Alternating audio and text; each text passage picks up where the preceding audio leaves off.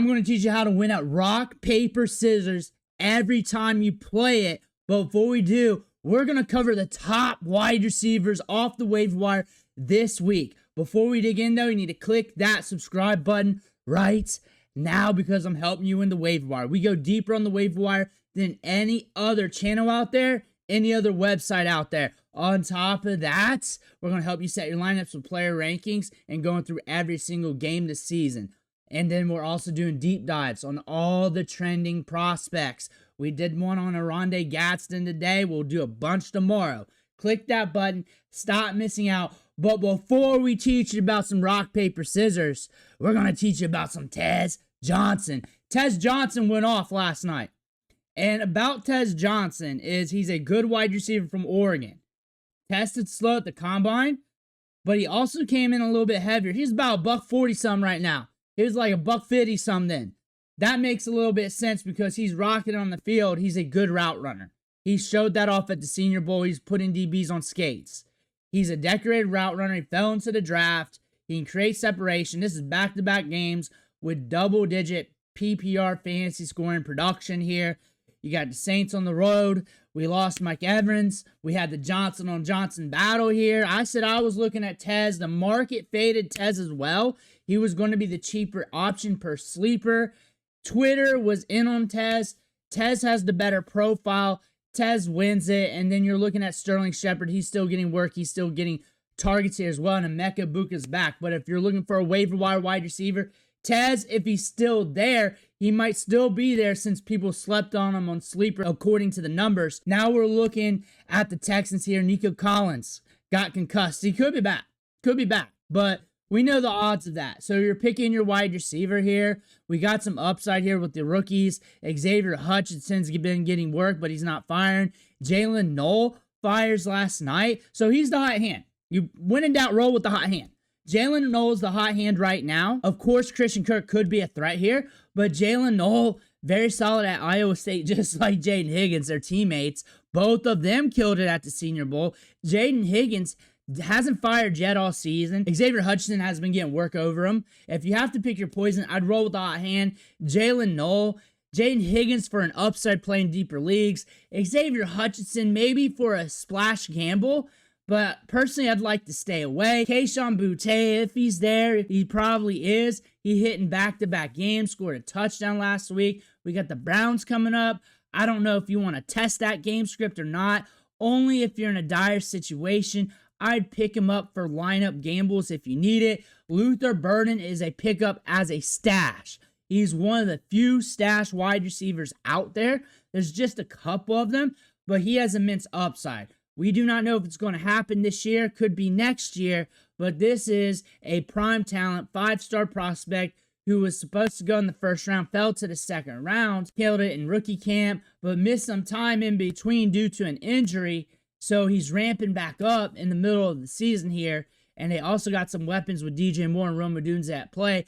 They're trying to get him involved here. 6 targets in the last 2 games. He's hovering around a 25% snap share every game, so the workload isn't there for him to be dependable.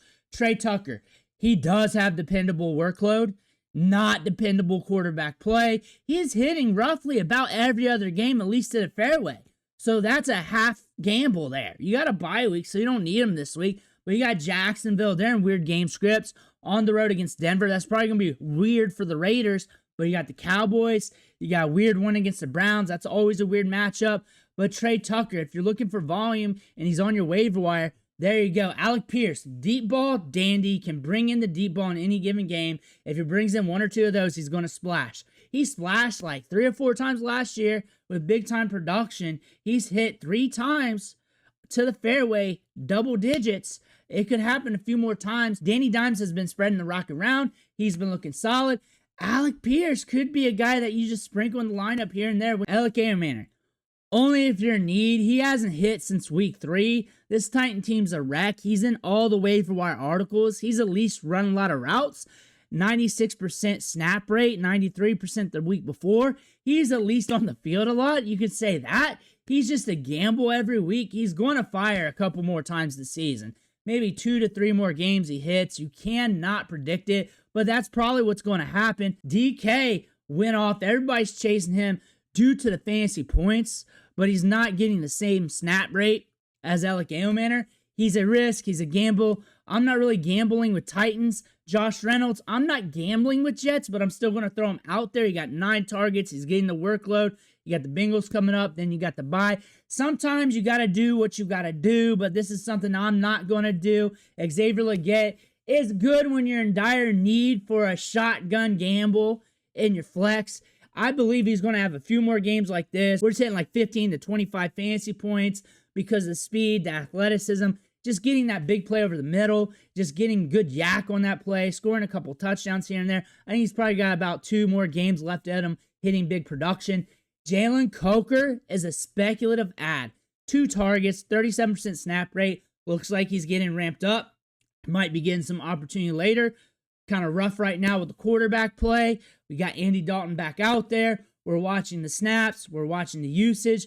But we got Jalen Coker back and in the fold, and you may want to pick him up. Tyquan Thornton might have got released back to the waiver wire in the last 2 games. Has scored 4 fantasy points combined.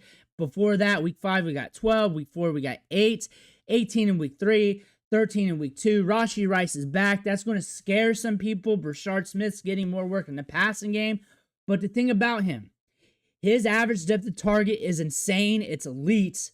He is a threat to score big on any given play. So he is a shotgun gamble in your flex spot if you need it. Like you throw him in, you just close your eyes and you just hope he brings in the deep ball. You cannot predict it. It's just a broken play. But guys like him will get a couple broken plays from here on out. Isaiah Bond's running a lot of routes on a shit offense. That's about all. He's getting targets. He's getting opportunity except for last week against the Dolphins where they could barely move the football. You can blame the weather, but it wasn't raining the whole time. They just could not throw the ball. And Kayshon Judkins scored 3 touchdowns. That's how it's going to look like with Gabriel. Eventually, Shedur's going to be back there. Maybe another quarterback, but they're at least going to have Shedur out there, and that could look different. And maybe you speculate with Isaiah Bond before that happens. Malik Washington got 8 targets.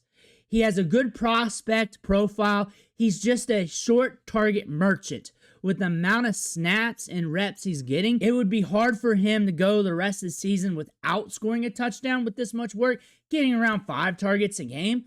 So there's a chance for that. He's just a gamble dart throw for lineups. Luke McCaffrey, he could be a look considering the wide receivers are banged up here for the Washington Commanders. Debo, McLaurin. The thing is, the quarterback play is rough right now on the road against the Chiefs. Seattle's in rough game scripts. You got Detroit. They can always make things weird. And then you get lucky week 11 against the Dolphins where McLovin and Debo might be back at you. Jack Bech. Starting to see some work here. Last 2 games. 75% snap rate, 63% snap rate. Then we got a bye coming up. So rookies tend to get more opportunity after bye weeks. There's a chance here for Jack Bech.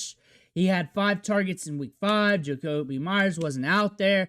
Quarterback play has been rough. So maybe a guy that can sneak up on us later in the season. Sterling Shepard got 7 targets last night. Got you 25 yards, 7 catches, 7.5 fantasy points. That's very hard to do on 7 catches, but the volume's there. Short target merchant in this offense. Boutte is probably going to get stronger by the week from this injury. And you're also looking at Tez here, soaking up targets. I think there's going to be a role for him in fantasy. It's just going to be rather volatile. Christian Watson, if you can put him in your IR spot, why not? Just drop your last guy, pick him up, slide him over, pick up another stash. That's all you need to do. That last spot on your bench, I'm sure you can get rid of it. Jalen Lane. So volume in this offense, 6 targets, 2 targets in the last 2 games prior to last week. That being said, with the injuries in the offense, he could be a guy that sparks up for you. Same thing with Chris Marr. He's getting deep targets downfield, getting all right volume. 7.9 PPR fantasy points against Dallas. Shotgun dart throw. I'm not chasing it. Either of these Commanders wide receivers due to Mariota. Jalen Hyatt is a deep ball merchant. He's nasty downfield, but that's back at Tennessee versus Alabama. Has not shown that yet with the Giants. But if Slayton's still banged up, if they're still trying to jockey around these wide receivers, he might get you something down the road. More for like 16-plus team leagues. 18-teamers, 20-teamers, 22-team leagues. Who's just looking for some spice off the waiver wire. Here's the scoop on rock, paper, scissors. So you're starting your game. You're going 1, 2, 3, shoot. So once you get to that 3, you watch the wrist. If it turns, you bust out the scissors. You just watch the wrist. If it turns, that means they're going paper. You bust out the scissors. Turns, boom. Now, if it's not turned, you know you go rock because you're going to break their scissors. You just stick at rock. Even if they go rock, you just stalemate out. But if you see a turn, they're going this way, you bust out that scissors. So 1, 2, and you see that as they're going 3, you watch that. Boom. That's how you win every single time at rock, paper, scissors. But those are the wide receivers we're looking at today. Let me know who you're picking up in the comments below. I want to hear about that. Make sure you hit that subscribe button on the way out. One thing for watching. Catch you on the next video.